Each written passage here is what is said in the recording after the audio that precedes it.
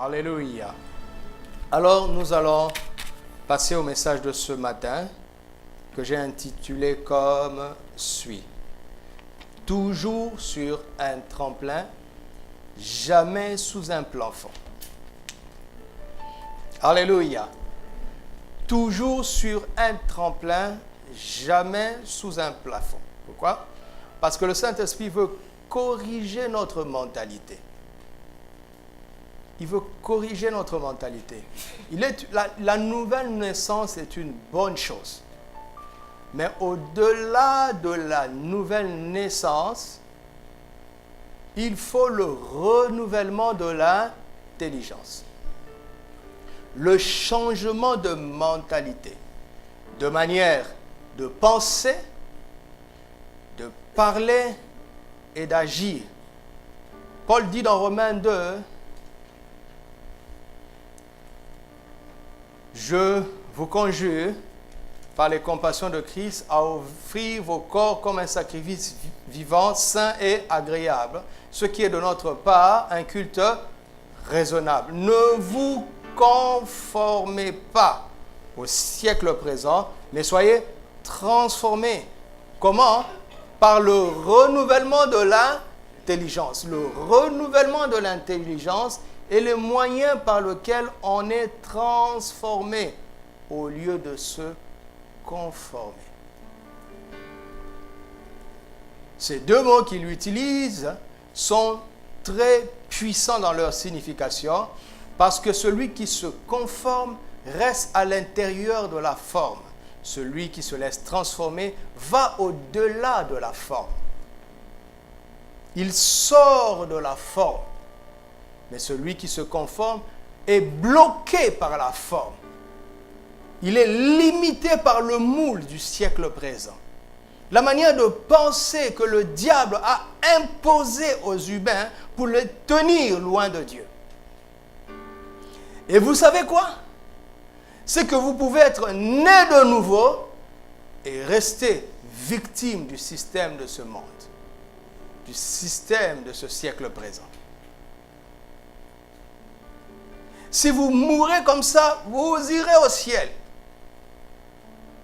Mais vous n'aurez pas la couronne au ciel parce que vous n'aurez pas manifesté la gloire de Dieu, la sagesse de Dieu sur la terre et les bonnes œuvres pour lesquelles il vous aura sauvé.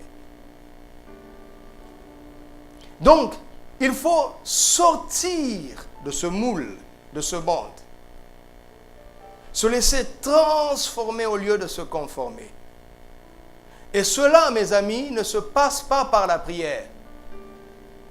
Ça se passe par le renouvellement de l'intelligence.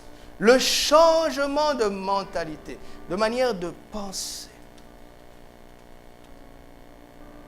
La première fois que j'ai acheté un ordinateur dans ma vie, c'était pour mon petit frère qui fait des études en informatique. J'allais à Marjane, ça faisait déjà des mois qu'il m'avait demandé un PC et je n'avais pas les moyens pour ça.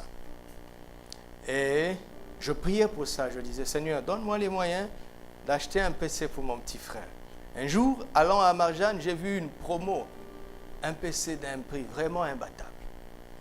J'ai regardé les caractéristiques, j'ai appelé un frère, un informaticien, je lui ai dit, je suis devant un PC, le prix est anormalement bas. Il m'a dit, lis les caractéristiques. Moi, je n'avais même pas lu les caractéristiques. Pour moi, c'est seulement la marque. Ça suffit. PC portable, la marque, la taille de l'écran. Il m'a dit, non, lis les caractéristiques. Donc, je suis allé, j'ai lu les caractéristiques, même si je ne comprends pas ce qu'il y a dedans. Mais lui, au moins, il les comprend. Donc, il a interprété. Il a dit, non, pasteur, les caractéristiques sont bonnes. Je lui ai dit, alors je prends. Il m'a dit, oui, c'est un très bon prix. On ne pouvait pas le prendre à ce prix-là. J'étais content. Mais vous savez quoi?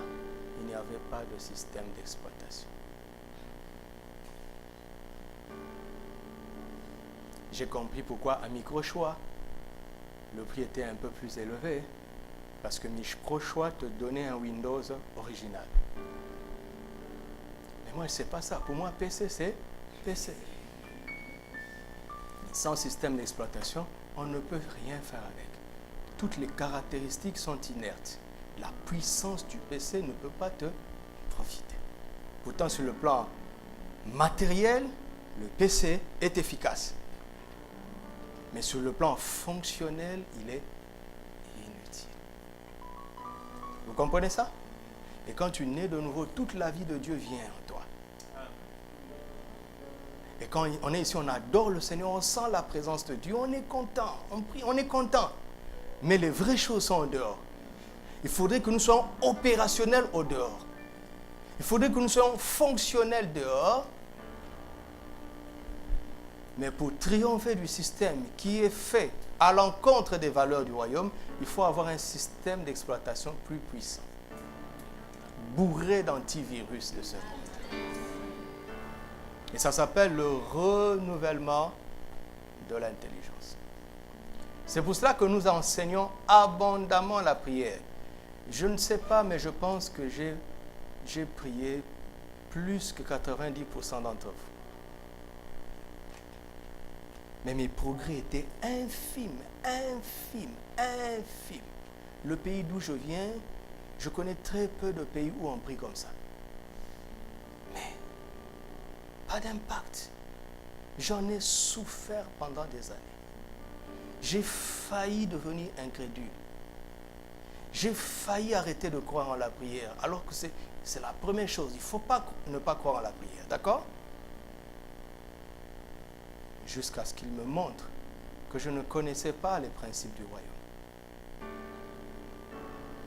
Alors que j'étais un habitué de sa présence, un abonné de sa présence. Mais je n'étais pas opérationnel dehors. C'est là où, je vous le dis souvent, j'ai arrêté de faire de veillées de prière pour commencer à faire des veillées d'études.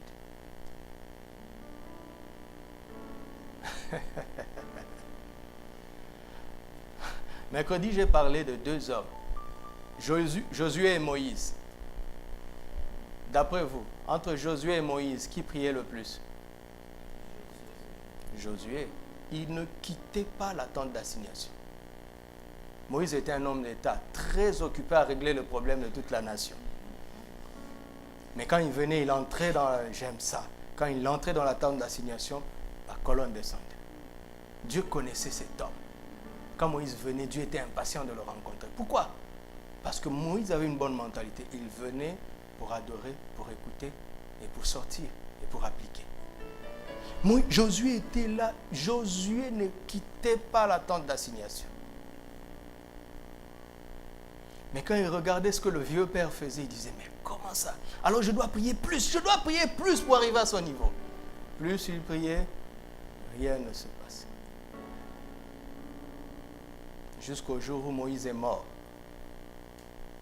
Mettez-vous à la place de Josué. Il était resté longtemps dans la tente d'assignation et rien ne se passait. Maintenant, il doit prendre les choses en main.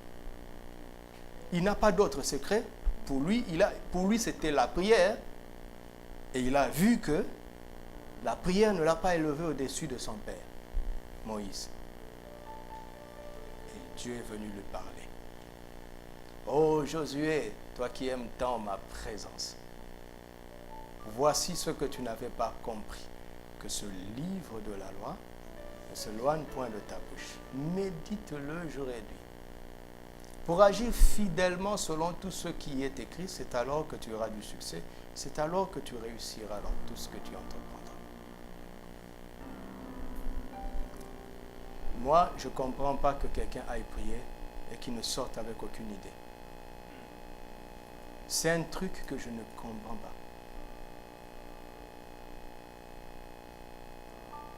Vous êtes calme. C'est un truc que je ne comprends pas. Je ne peux pas être au culte ici sans griffonner quelque chose. Je ne peux pas être dans une telle atmosphère sans avoir une feuille et un stylo. Je ne peux pas. Je ne peux pas. Dieu ne peut pas être réel aussi, devenir réel comme ça dans cette atmosphère et n'avoir rien à me dire. Je ne comprends pas ça.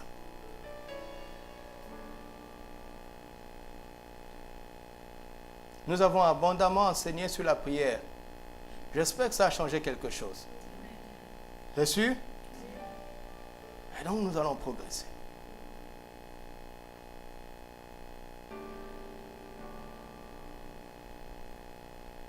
Il dit, venez à moi, vous tous qui êtes fatigués et chargés, je vous donnerai du repos.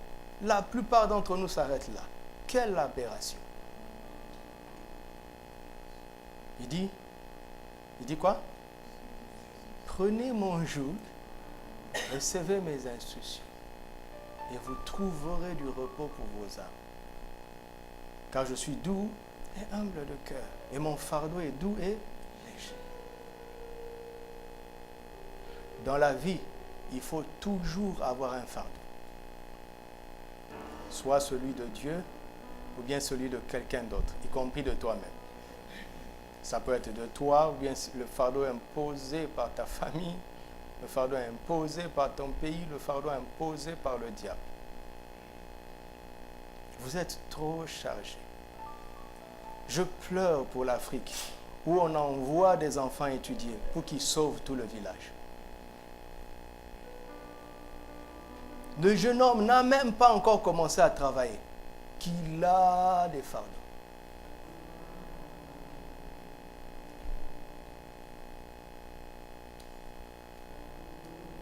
Ce sont des fardeaux qui nous écrasent, mais le fardeau du Seigneur t'élève. Alléluia. Et ça, on le reçoit quand on vient à lui. D'accord? Quand on vient à lui. C'est ça qui va nous donner de l'impact dans ce monde. Amen. Et croyez-moi, de l'impact, nous sommes en train d'en avoir de plus en plus. Croyez-moi, je sais ce que je vois en esprit. Croyez-moi. J'ai dit au premier culte, bientôt, on va compter avec nous. Bientôt, on ne pourra rien faire sans demander notre avis. Bientôt. Cela va arriver. Bientôt.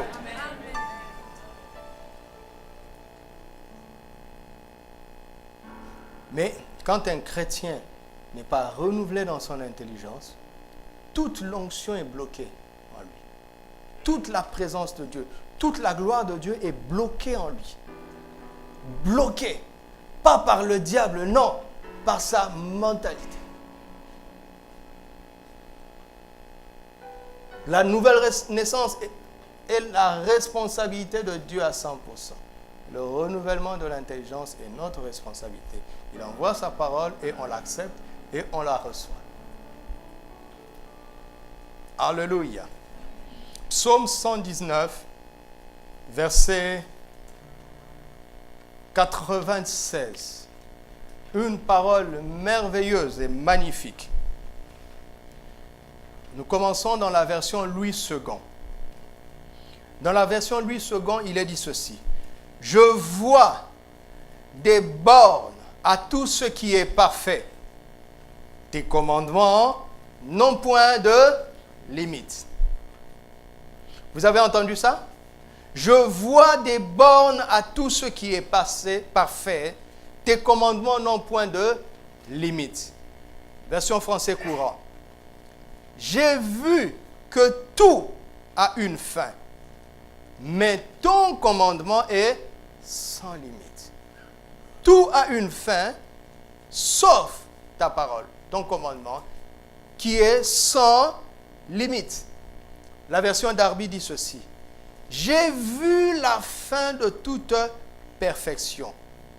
Ton commandement est fort étendu. Cela veut dire, je ne peux pas en voir la fin. C'est pour cela que même le Seigneur nous dit dans Hébreux 13, verset 8, il dit de considérer la fin de nos conducteurs. Considérer leur fin. Jésus-Christ est le même hier, aujourd'hui et éternel. Si quelque chose t'impressionne dans ce monde, ce n'est pas grave. Attends la fin de cette chose. La version de Jérusalem dit ceci. De toute perfection, j'ai vu le bout. Combien large ton commandement. La version du Sommeur dit ceci. J'ai constaté que les choses parfaites ont toutes leurs limites. Illimitée est la portée de ton commandement. Le commandement de Dieu a une portée illimitée. La version à la colombe, second révisé, dit ceci. Je vois une fin à tout ce qui est parfait. Ton commandement est d'une ampleur sans limite. La version Tob dit ceci. À toute perfection, j'ai vu une limite. Mais ton commandement est d'une ampleur infinie. C'est pas fini. Second 21 dit ceci. Je vois un terme à tout ce qui est parfait, mais tes commandements sont sans limite. Parole de vie. Je le vois.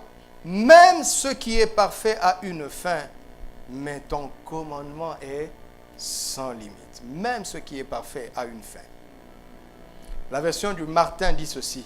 J'ai vu un bout dans toutes les choses les plus parfaites. Mais ton commandement est d'une très grande étendue. Alléluia. La parole de Dieu est illimitée. Pas comparée aux choses de ce monde, mais comparée aux choses parfaites de ce monde. Les choses parfaites de ce monde ont des limites. Alléluia. Mais la parole de Dieu n'a pas de limites. Si tu veux étendre les limites auxquelles tu fais face dans la vie, qu'est-ce que tu dois faire? Qu'est-ce que tu dois faire? Tu dois te remplir de la parole de Dieu. Amen. Tu dois te remplir de la parole de Dieu. Plus tu es rempli de sa parole, plus tu es élevé au-dessus de circonstances. Plus tu triomphes des limites qui sont dans ce monde. Les limites que les plus parfaits n'arrivent pas, dont les plus parfaits n'arrivent pas à triompher, toi, tu vas triompher d'elles. Quand tu es rempli de la parole de Dieu. Alléluia. Alléluia. Psaume 82. Je vais nous montrer quelque chose. Psaume 82. Je pense au verset 6 et 7. Psaume 82, versets 6 et 7. Voilà. J'avais dit, vous êtes des dieux. D'accord? Vous tous des fils du Très-Haut. Cependant, verset 7, cependant, vous mourrez comme des hommes et vous tomberez comme des hommes quelconques. Hein? Vous tomberez comme quoi? Quelconque. Vous savez, quand on compare les fils du Très-Haut et les princes de ce monde, les princes deviennent des personnalités quelconques. Oui, je sais que vous avez du mal à accepter ça. Je sais, mais je vais vous avoir. Je vous promets que je vais vous avoir avant la fin de ce message. C'est étrange comment les enfants de Dieu envient les grands de ce monde. Quelle aberration. Quelle aberration comment les enfants de Dieu envient les choses parfaites de ce monde.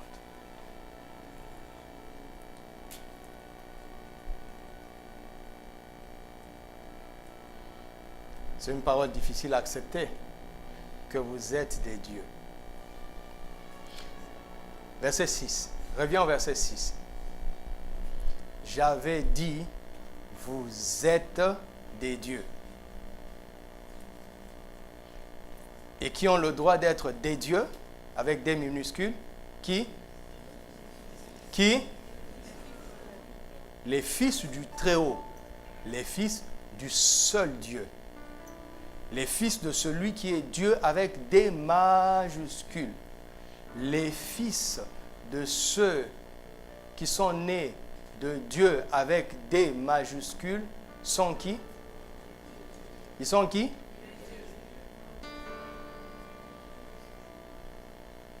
C'est choquant. Et si vous n'acceptez pas ça, vous mourrez comme des hommes. On dit comme. D'accord? Comme des hommes. Mais vous ne l'êtes pas.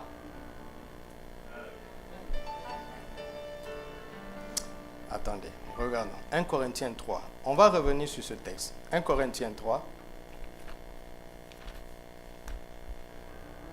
Parfois, je demande au Seigneur, mais pourquoi il me laisse travailler, bosser dur, étudier dur, avoir mes notes, et quand je viens devant vous, il me fait dire autre chose. Vous savez ce qu'il m'a dit à la pause? Il m'a dit, plus tu es rempli de ma parole, plus tu es sensible à l'esprit. Ah oui. Ah oui. Vous pensez que plus tu pries, plus tu es sensible à l'esprit. Non, non, non, non. Parce que la prière, c'est ce que nous voulons dire à Dieu. Mais la parole de Dieu, c'est ce que Dieu veut nous dire.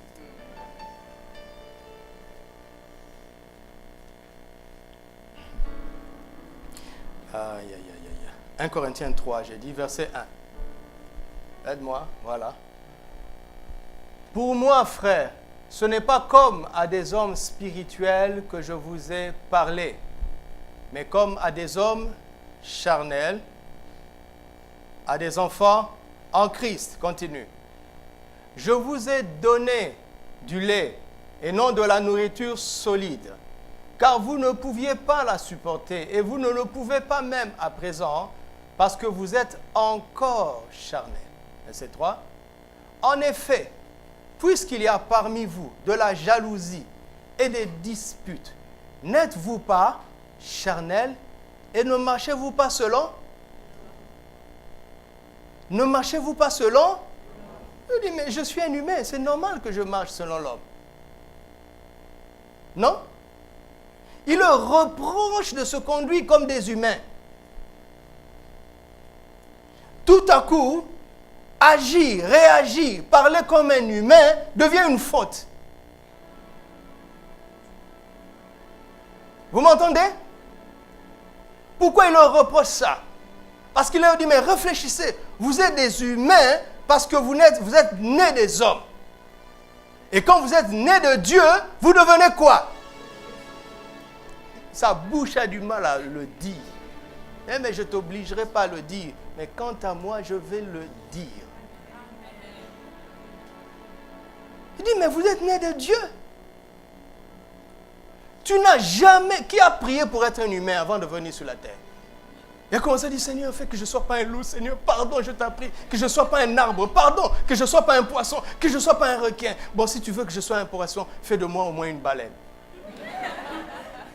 Qui a prié ça? Personne. Tu n'es pas un humain parce que tu l'as demandé. Tu es un humain parce que tu es né d'un humain. Et quand tu es né de Dieu, tu es quoi? Divin.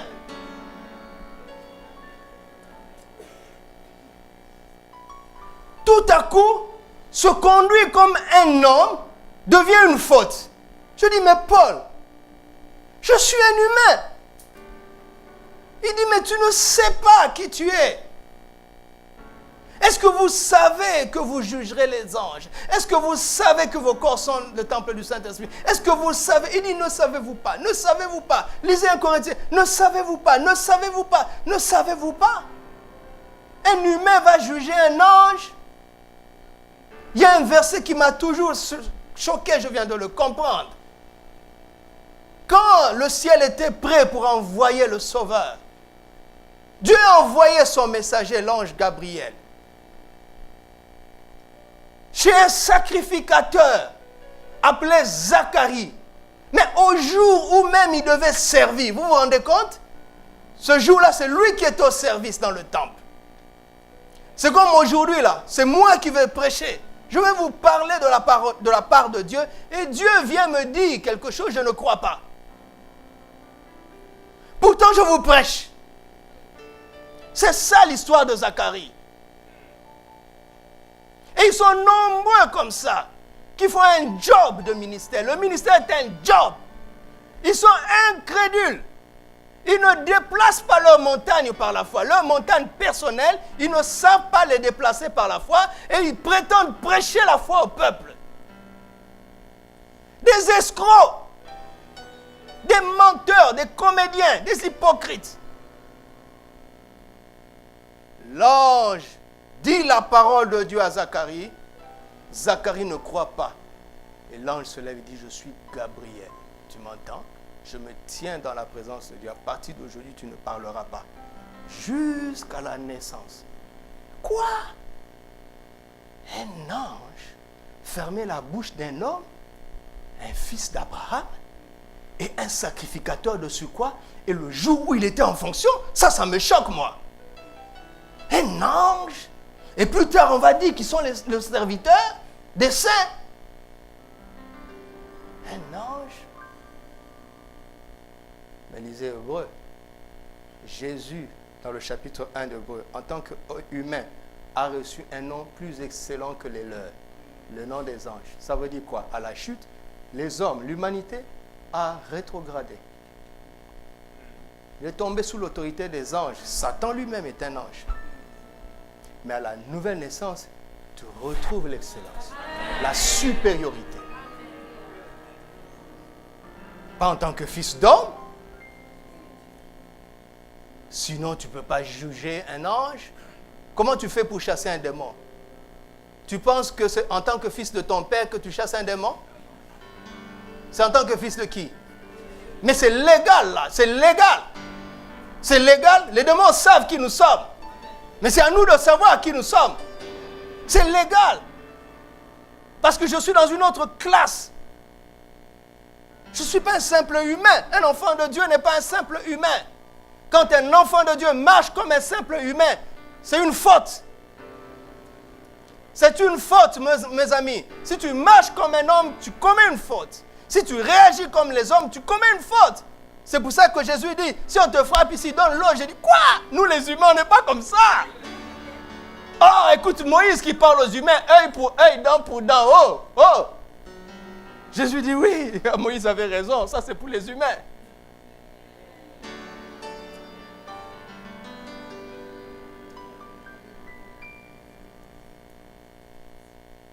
Si on te fait du mal et que tu rends le mal, c'est une faute. Il dit, à moi la vengeance.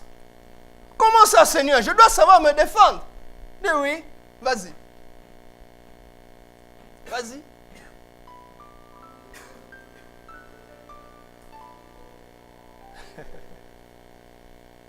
Qu'est-ce qui fait 1 Corinthiens 3:3. Qu'est-ce qui fait qu'un enfant de Dieu qui est divin marche comme un humain? C'est très simple. Ce n'est pas qu'il n'est pas vraiment né de nouveau. Ah, ce n'est pas ça? Un frère parmi nous, il est même ici. Dans ses premiers pas dans la foi, il avait un caractère difficile. Mais c'est un frère que j'aime beaucoup. Vous voyez? Je connais son background, donc je comprenais pourquoi il réagissait comme ça. Donc j'étais patient avec lui. Je tolérais dans sa vie ce que je ne tolérerais pas chez les autres, parce que je connais son arrière-plan. Mais après un certain temps, c'est fini, on ne te donne plus de bonbons. Un jour, il a encore réagi comme ça, alors j'ai réagi sévèrement envers lui. Il a été choqué. Et je lui ai dit, tu ne sers plus.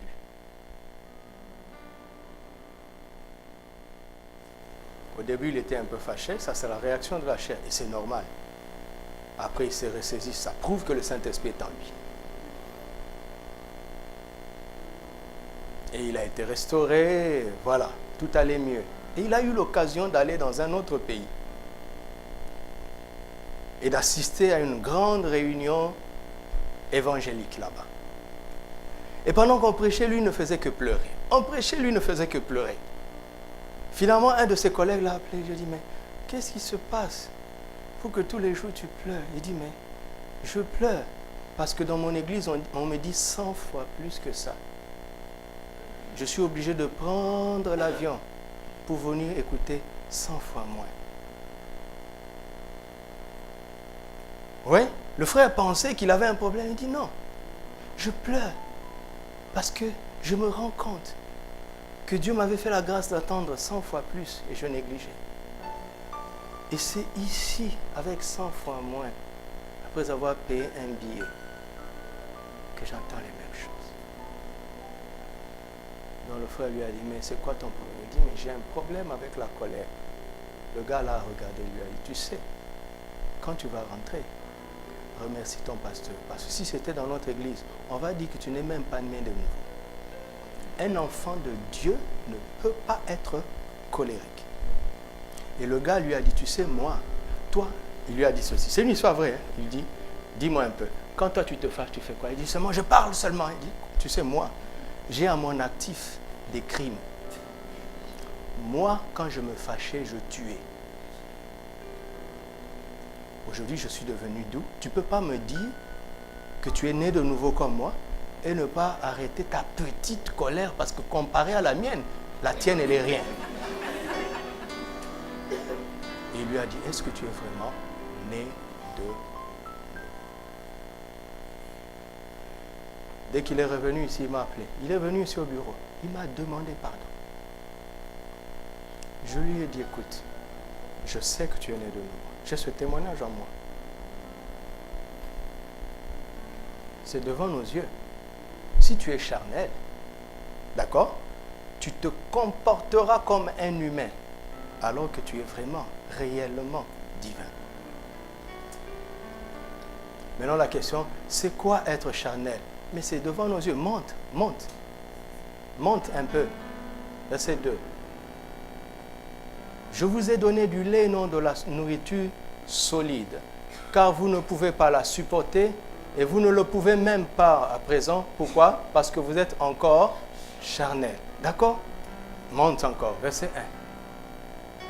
Pour moi, mes frères, ce n'est pas comme à des hommes spirituels que j'ai pu vous parler, mais comme à qui? Et qui sont les charnels? Ils sont bébés. Ils sont divins, mais bébés. Ils sont au biberon divin. Les rudiments de la parole de Dieu, parce que notre Dieu s'appelle El Shaddai, qui veut dire littéralement Dieu aux mamelles pleines. Et il donne du lait aux gamins, aux bambins. D'accord? Arrête d'être bambino. Tu m'entends? C'est une faute que de continuer à réagir comme un homme. C'est une faute. Maintenant, on revient au psaume 82, verset 6. Il dit, ceux qui sont des dieux, ce ne sont pas les enfants de Dieu. D'accord? Mais c'est qui? Des fils. Ils ne sont pas des enfants. Ils ont crucifié la chair avec leurs désirs et passions. Ils ont atteint la maturité spirituelle. Ça fait que quand ils se présentent quelque part, on voit Dieu. Ils sont plus de l'ordre de l'humain. Dans leur comportement, dans leur caractère, dans leur langage, dans leur mentalité et dans leurs actions, ils ont dépassé ce qui est de l'ordre de l'humain. Par leur maturité spirituelle. Et ils ne meurent pas comme des hommes. Ils ne meurent pas comme des princes quelconques. Leur mort est plus glorieuse que la mort des grands de ce monde. Est-ce que vous allez accepter ça?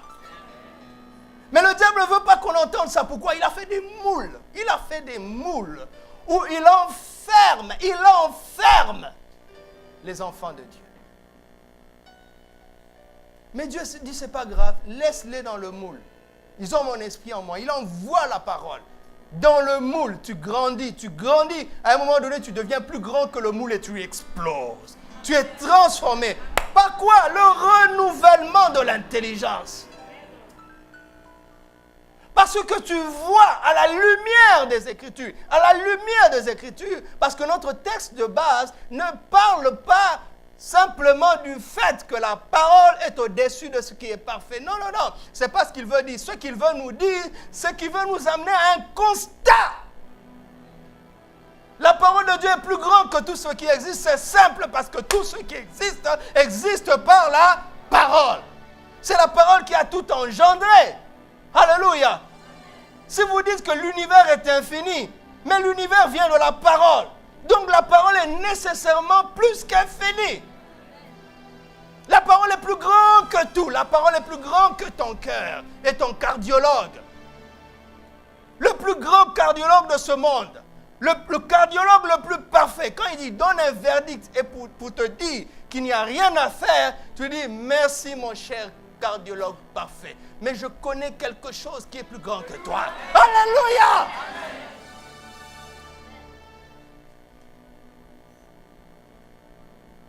Mais la question c'est, est-ce que tu le vois? Parce qu'en fait, Dieu, lui, le sait. Christ qui est la parole, lui, le sait. Il le sait. Tu ne peux pas venir me dire, oh, pasteur, j'ai découvert une chose. Je dis, ah, dis-moi. J'ai découvert une chose à ton sujet. Je dis, oui, dis-moi. Tu es un homme. Tu n'es pas une femme. Je dis, ah bon. Mais je le savais. Je le savais. Tu ne m'apprends rien.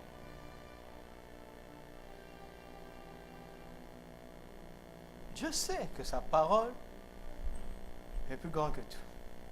Que sa parole n'a pas de limite et que sa portée est éternelle. Dieu le sait. Alléluia. Mais il nous l'a donné pourquoi? Pour qu'on le voie. Alléluia. Jean chapitre 10, à partir du verset 34. Ceux qui résistent à la parole du psalmiste vont avoir affaire à Jésus. Jésus leur dit, Jésus leur répondit, n'est-il pas écrit où? Où? La sienne? Est-ce que c'est la sienne? Mais non. Mais non. Vous m'entendez? Par exemple, si tu connais bien le Coran, tu peux en venir à dire, mais dans votre livre, on parle du Messie. Dans votre livre, on parle du peuple du livre. Eux-mêmes, la plupart d'entre eux ne le savent pas. Mais c'est dans leur livre.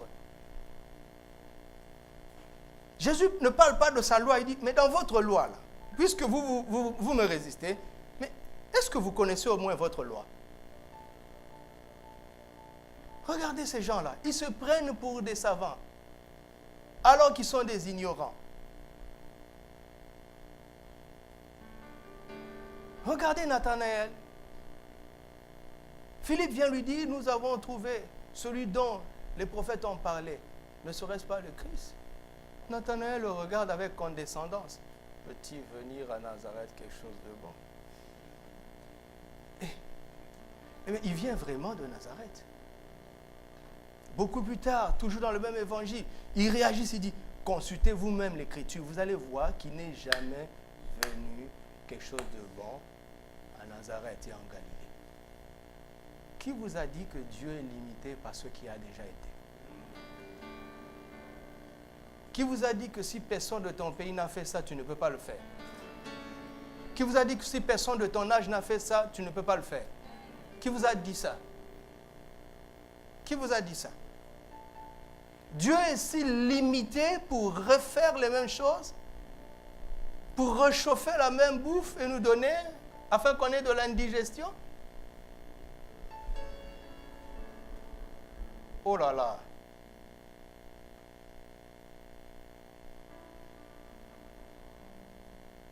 Dans votre loi, il est écrit, j'ai dit, vous êtes de Dieu. Maintenant, le maître va expliquer, parce que c'est lui qui avait parlé à Moïse. Il va contextualiser maintenant. Il va expliquer. Continue. Si la loi a appelé Dieu, ceux à qui quoi? La parole a été adressée. Et si l'écriture ne peut être anéantie, pourquoi?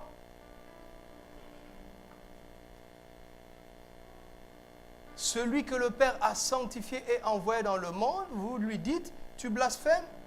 Et cela parce que j'ai dit, je suis fils de Dieu? Où est le blasphème dans cette affaire? Vous m'avez vu demander de l'adoration, dit Jésus. Non, je suis en train de parler d'autre chose. Vous m'entendez? Je ne suis pas en train de vouloir devenir une idole. Vous ne comprenez pas ça. Paul comprendra ça plus tard. Romains 8, verset 14. Ceux qui sont conduits par l'Esprit sont appelés. Voilà, il dit, vous ne comprenez pas. Vous savez, parfois on réagit à cause d'une phrase. Et on réagit mal. C'est parce qu'on est ignorant. À notre niveau, c'est insensé. Pourtant, c'est des vraies choses. Il faut dire ton incompréhension et demander l'éclaircissement. Être fils de Dieu, c'est très simple. C'est être capable, sur cette terre, parmi les humains, d'être conduit par le Saint-Esprit. Alléluia. Écoutez, je vais vous donner un exemple. Là où je vais pour me reposer, les robinets des toilettes, je pense qu'il y a eu un champignon. Ça fait des blancheurs sur les robinets. Bon, moi j'aime beaucoup la propreté. Excusez-moi, je suis comme ça. C'est comme si, tu sais quand tu te brosses, d'accord? Et la pâte dentifrice reste sur le robinet, sur cette blancheur-là. Donc c'est comme si tu vas là-bas, tu diras, ah, pasteur, c'est brossé et puis il a laissé. Mais non, j'ai nettoyé, rien. Alors, je suis allé chez le drogueur, à la droguerie, j'ai acheté un produit pour éclaircir le robinet. J'ai frotté, rien. 2 semaines, rien. Mais ça me gêne à chaque fois. Ça me gêne. Alors hier, j'ai frotté avec ma dernière énergie. Rien. Je me suis dit, et si je priais pour ça? Rien. Alors j'ai commencé à prier pour cette blancheur sur le robinet. Et l'Esprit m'a dit, prends le beurre de karité, induis le robinet du beurre de karité. Allez voir le robinet là ce matin. Brillantissime. Mais je suis en train de donner une formule. Quelqu'un peut faire un produit pour faire briller les robinets avec le beurre de karité. Mais n'oublie pas, hein, c'est moi le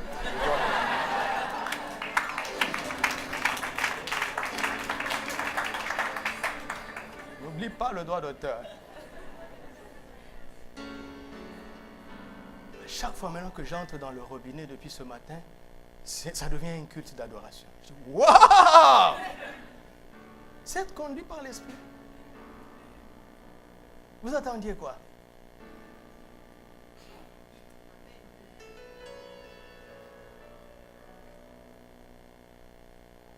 Vous voulez que je vous raconte comment on a trouvé ce local? On était à côté là, pas loin d'ici, 70 mètres carrés. Et on est devenu 200 personnes dans 70 mètres carrés. Vous pouvez imaginer? 200 personnes dans 70 mètres carrés. On était à l'étroit. Alors nous avons décrété quelque chose que nous avons appelé à l'époque service secret. Nous prions à 5 heures du matin. On a sélectionné quelques personnes. Nous sommes allés chez un frère à Hayassani. On a commencé à prier. Et l'Esprit est descendu sur nous. Un frère a commencé à prophétiser. Pourquoi vous ne voyez pas les solutions que j'ai déjà mises? Pourquoi? C'était un reproche. Non, je dis, mais Seigneur, pardonne-nous, mais aide-nous à voir.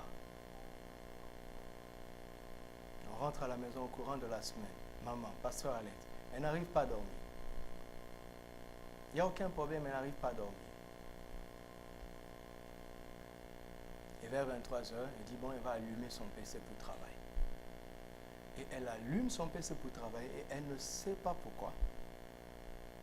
Elle tape Maroc Annonce, elle ne sait pas pourquoi. Elle tape recherche d'une salle, elle ne sait pas pourquoi. Elle tombe sur l'annonce de ce local. Ça venait d'être posté. C'était le premier jour où c'était posté. Et c'est pour ça qu'on est là et qu'on est en train d'envahir et de tout prendre.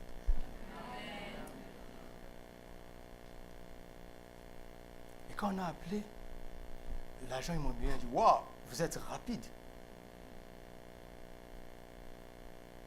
Si elle n'avait pas été sensible, quelqu'un aurait appelé.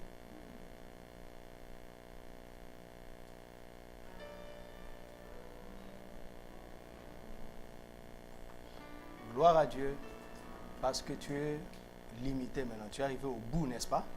N'est-ce pas que tu es arrivé au bout? Maintenant, il faut que tu montres ta divinité. En étant conduit par l'Esprit. Mais comment? Le Saint-Esprit conduit les gens plus facilement dans la mesure où ils sont remplis de la parole. Il faut être rempli de la parole jusqu'au moment où il t'éclaire et que tu vois qu'en fait ces plafonds sont en réalité des tremplins. Tu vois qu'en fait Goliath, c'est une opportunité. Quand tout le monde regarde Goliath, même si on le dit souvent, même si tu es habitué à entendre ça, même si tous les prédicateurs le disent, j'ajoute ma voix à ce que les prédicateurs disent.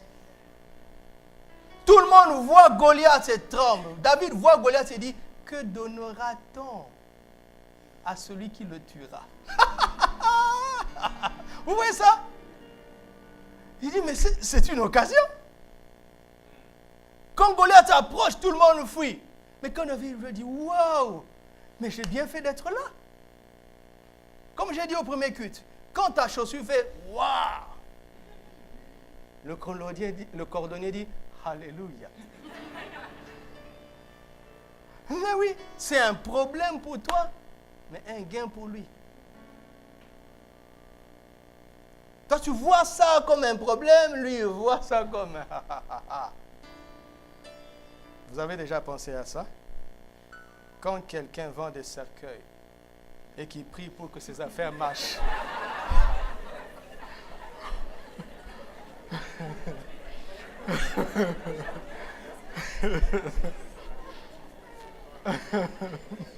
Ça veut dire quoi?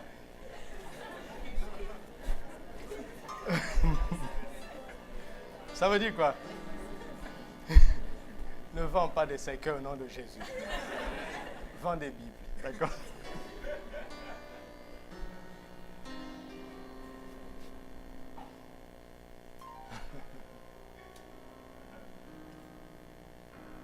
Dans la vie, tout dépend de comment tu vois. Tu peux raisonner comme tu veux là. Je veux te démontrer dans les Écritures que tu finiras là-bas. Tourne comme tu veux. Cherche les philosophes, les pasteurs philosophes là. Tu reviendras me trouver ici. Tout dépend de ce que tu vois. Si tu regardes ça comme une montagne, si tu regardes ça comme la mort, il n'y a rien à faire. Si tu regardes ça comme le sommeil, tu peux le réveiller.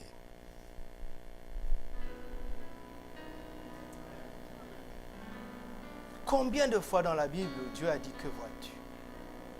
Que vois-tu? Pourquoi? Parce qu'il ne peut pas dépasser ta vision. Pourquoi Moïse est devenu un grand homme dans la Bible? Parce que sa rencontre avec Dieu a commencé par une grande vision. Lisez ça dans Exode 3. Il dit, je veux me détourner pour voir quelle est cette grande vision. Plus grand tu vois, plus grand tu deviens. La taille de ta vie dépend de la taille de ta vision. Abraham est devenu Abraham, pourquoi? Parce que Dieu l'a aidé à voir. Il dit, regarde les étoiles. Compte si tu peux. Telle sera ta descendance. Compte. Il dit, sors de tes 4 murs. Lève les yeux et regarde. Il dit, vois. Je te donne. Jésus dit, voici les miracles qui accompagneront ceux qui auront cru. Ce qui manque, c'est le voici. Il dit, voici, je vous ai donné le pouvoir de marcher sur les serpents et les scorpions et sur toute la puissance de l'ennemi, et rien ne pourra vous nuire. Voici. Voici. Je vais vérifier quelque chose pour ne pas dire des histoires. Voici. Tapez dans votre Bible sur PC ou sur quoi. Voici simplement. Vous allez voir tous les versets qui vont éclater sous vos yeux. Voici. Alléluia. Il dit, mais s'il a appelé Dieu, ceux à qui la parole a été annoncée,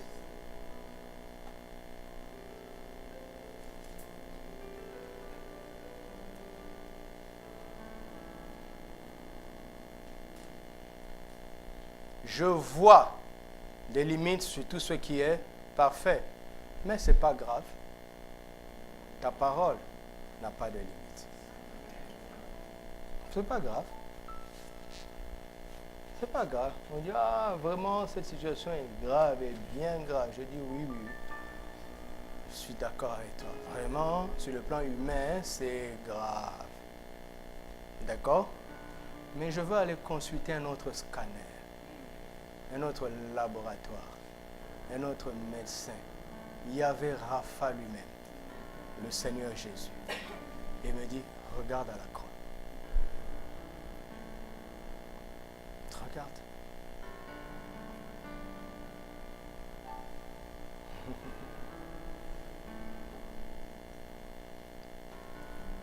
« 2 Corinthiens 4, 4. Le diable croit en cela. Il sait où il travaille. Commençons au verset 3 pour mieux comprendre.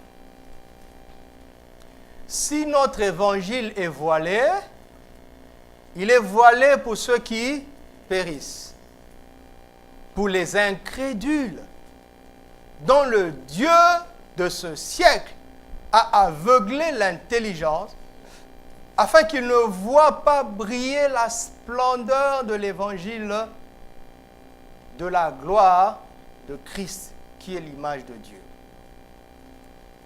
Le Dieu de ce siècle fait quoi? Il voile les gens. Pourquoi? Afin qu'ils ne voient pas briller la splendeur de l'évangile de la gloire de Christ.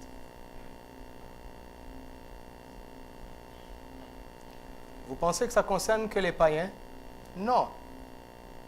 Ça concerne n'importe quel incrédule.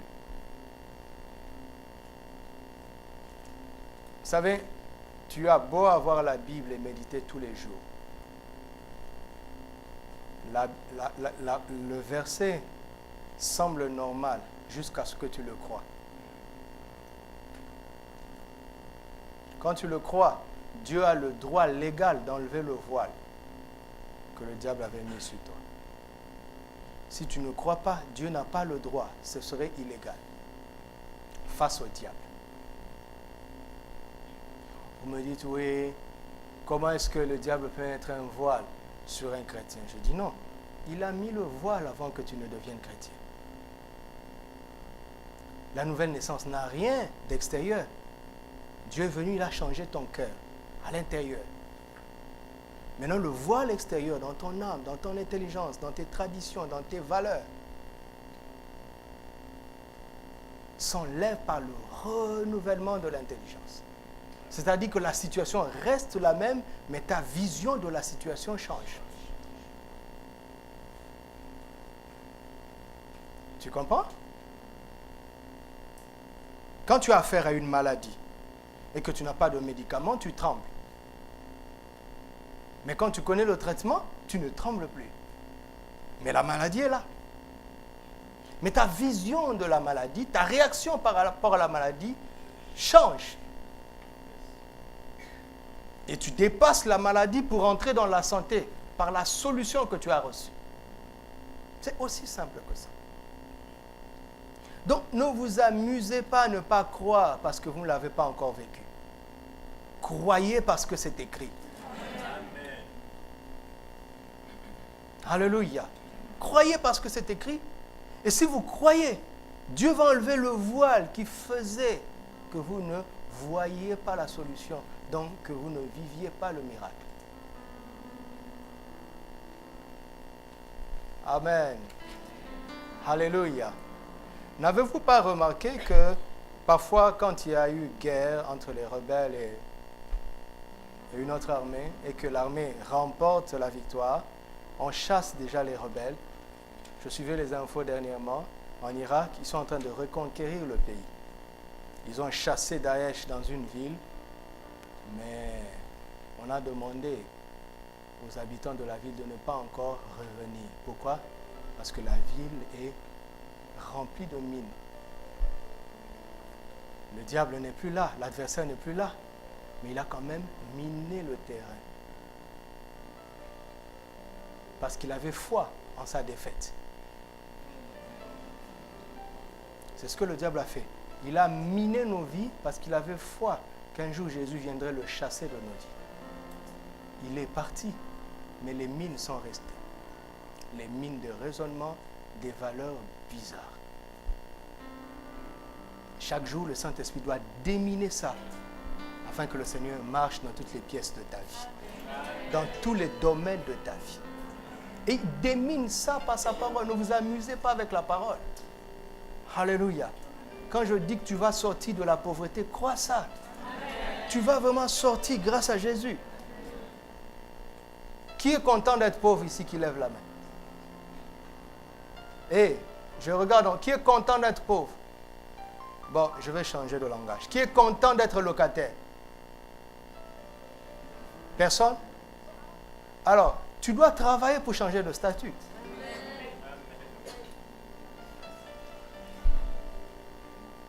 Même l'église est locataire, ça m'énerve. Ça m'énerve. L'église du Créateur de cette ville loue chez un humain. Quelle aberration! On paie le loyer. Le Créateur paie le loyer à une créature. Ça m'énerve. Mais comment on va faire pour sortir de cet état? Nous devons chercher des solutions. Nous devons voir ce qui nous fait sortir de ces limites. Nous devons voir, tu dois te sentir concerné. Presque 50 000 par mois, si vous ne saviez pas. 43 000 environ par mois. Que le Créateur paye à une créature. Ça m'énerve. Je pèse bien mes mots, ça m'énerve. Il y a quelque chose qu'on ne sait pas encore. Pour sortir de là, je le confesse. Mais on trouvera. On trouvera. J'ai déjà une petite idée comment prier, mais quand j'entre dans une chose, je ne partage même pas ça, même pas au conseil, je ne partage pas. Il faut que j'avance un peu pour partager. Je commence à avoir une idée comment prier, j'ai commencé.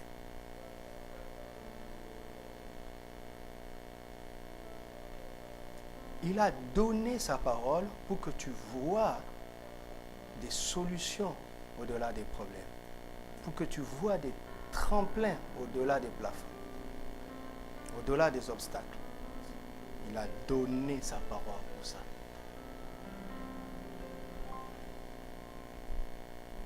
Et quand je vais continuer, vous allez voir des choses puissantes qui sont dans les Écritures, dans la parole, pour nous sortir de ces limites. Alléluia. Mais regardons un peu. On va rester dans l'idée de voir. Vous savez que dans le psaume 119, 105, il a dit que la parole est une lampe à nos pieds, n'est-ce pas? L'idée de la lampe est magnifique. Jean chapitre 1. C'est des choses simples comme ça, là. Pour moi, la Bible est un livre simple. Et nos messages doivent être simples. Jean 1, 1 à 4. Au commencement était la parole. Et la parole était avec Dieu. Oh, merci Seigneur. Et la parole était Dieu. Elle était au commencement avec Dieu. Toutes choses ont été faites par elle. Rien de ce qui a été fait n'a été fait sans elle. Les chrétiens disent Amen Seigneur. Mais ouf, ça fait longtemps qu'on nous parle de ça. Si la parole était avant le commencement, c'est que la parole n'est pas limitée par le commencement. N'est-ce pas? Elle était avant. La parole est un intervalle ouvert. Mais les situations sont des intervalles fermés, mais qui sont à l'intérieur. Ah oui, Seigneur. Depuis l'école du dimanche, on connaît cette parole. Il dit oui, c'est parce que tu t'arrêtes au verset 3. Regarde le verset 4. En elle était quoi? Et la vie était...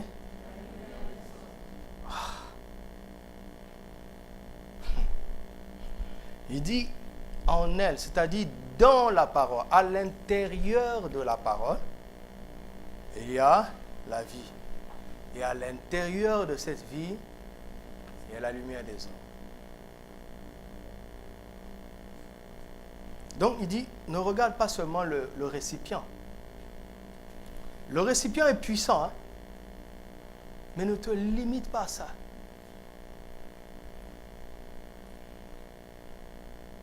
C'est comme le pétrole. À l'état brut, on ne fait pas grand-chose. Quand on raffine, jusqu'à un degré, on a l'essence. Quand on raffine, on a le kérosène. Quand on raffine, et en même temps, il y a des produits dérivés. Il y a le plastique, il y a des applications immenses avec le pétrole brut. Ça, c'est le pétrole brut. Et plus tu raffines, plus tu vois sa valeur à l'intérieur.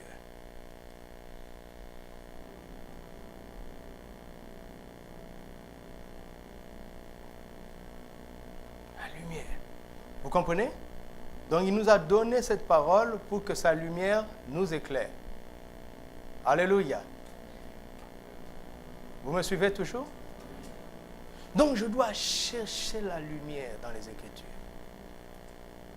Parce que c'est elle qui est la lampe à mes pieds et qui me montre comment marcher, qui me montre quoi faire, quelle décision prendre. Si je ne vois pas ça, les limites resteront des limites. Il cherche à ce qu'on voit ça. Regardez comment il a entraîné Jérémie. Jérémie chapitre 1. Quelqu'un veut devenir prophète? Est-ce qu'il y a quelqu'un qui veut devenir prophète ici? D'accord, il y a une école pour devenir prophète. Jérémie 1. Alléluia. Nous aurons un cours sur ça le mercredi. Comment entrer dans le prophétique de Dieu. Il y a deux niveaux du prophétique. Le prophétique de tout le monde, vos fils et vos fils prophétiseront. Mais le prophétique du ministère, ça, ce n'est pas donné à tout le monde. Jérémie, dans le sein de sa mère, verset 5, « Avant que je t'eusse formé dans le ventre de ta mère, je te connaissais. Avant que tu fusses sorti de son sein, je t'avais consacré, je t'avais établi prophète des nations. » Je répondis, « Ah Seigneur éternel, voici, je ne sais point parler, car je suis un enfant. » Parce qu'un prophète, il parle de la part de Dieu. C'est aussi évident que ça. Verset 7, l'Éternel me dit, ne dis pas, je suis un enfant. Change de langage d'abord. J'ai des choses à t'apprendre, mais arrête d'abord de parler comme ça. Car tu iras vers eux, vers tous ceux auprès de qui je t'enverrai, et tu diras ce que je t'ordonnerai. Ne les crains point, car je suis avec toi pour te délivrer, dit l'Éternel. Maintenant, c'est les vraies choses commencent. Verset 9. Puis l'Éternel étendit sa main et toucha ma bouche. Et l'Éternel me dit, je mets mes paroles dans ta bouche. Vous vous souvenez de quelque chose? Romains 18. La parole est près de toi, près de ta bouche et de ton cœur.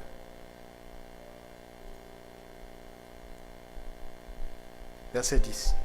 Quand Dieu a mis ses paroles dans ta bouche, il te dit maintenant, regarde. D'accord? Comme là, pendant que tu es en train d'écouter ce message, après il va te demander, regarde. Parce que le but, c'est que ta parole te donne une autre vision des choses. Il dit, regarde, je t'établis aujourd'hui sur les nations et sur les royaumes, pour que tu arraches, que tu abattes, pour que tu ruines et que tu détruises, pour que tu bâtisses et que tu plantes. Qu'est-ce que Dieu est en train de faire? Il est en train de lui donner une vision, un rêve. Tu comprends? Et tu commences à rêver de ça. Tu te vois déjà comment tu vas discipliner les royaumes, discipliner les nations. C'est ce qu'on appelle aujourd'hui la vision, non? N'est-ce pas? Est-ce que ça va s'accomplir? Oui. Pourquoi est-on sûr que ça va s'accomplir? Parce que c'est une vision qui ne vient pas de nos ambitions, mais qui vient de sa parole. Qu'il a mis où? Dans nos bouches, c'est-à-dire la parole de Dieu que nous confessons. D'accord? Et donc quand il te donne ce rêve, parle, dis-le. Dis-le pour toi-même. Dis-le, confesse-le. C'est un principe.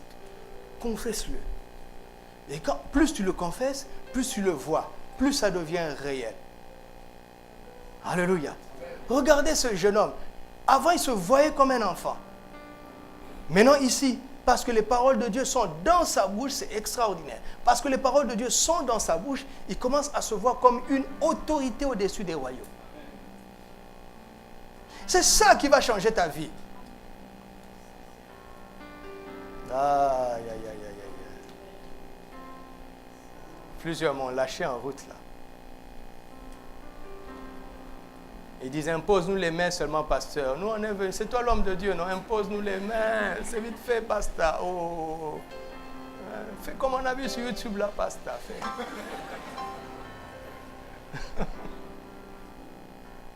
Non, je ferai ce que mon chef me dit de faire. Tu n'es pas mon chef. Que ça te plaise ou pas. Donc, je ne suivrai pas tes ordres. Mais je t'aime beaucoup. Et je te respecte. On commence à voir ça. Verset 11. C'est bien beau de voir ça, hein, d'avoir une vision. Mais la difficulté reste là. Les obstacles sont là. Comment je vais l'atteindre? Verset 11. La parole de l'Éternel me fut adressée en ces mots. Que je répondis, je vois une branche d'amandier. Et l'Éternel me dit, tu as fait quoi? Car l'exécute. Il a entraîné. Il s'est battu pour que ce jeune homme sorte de sa présence avec une autre vision des choses. Il veut que tu vois les limites à ce qui est parfait pour toi jusque-là.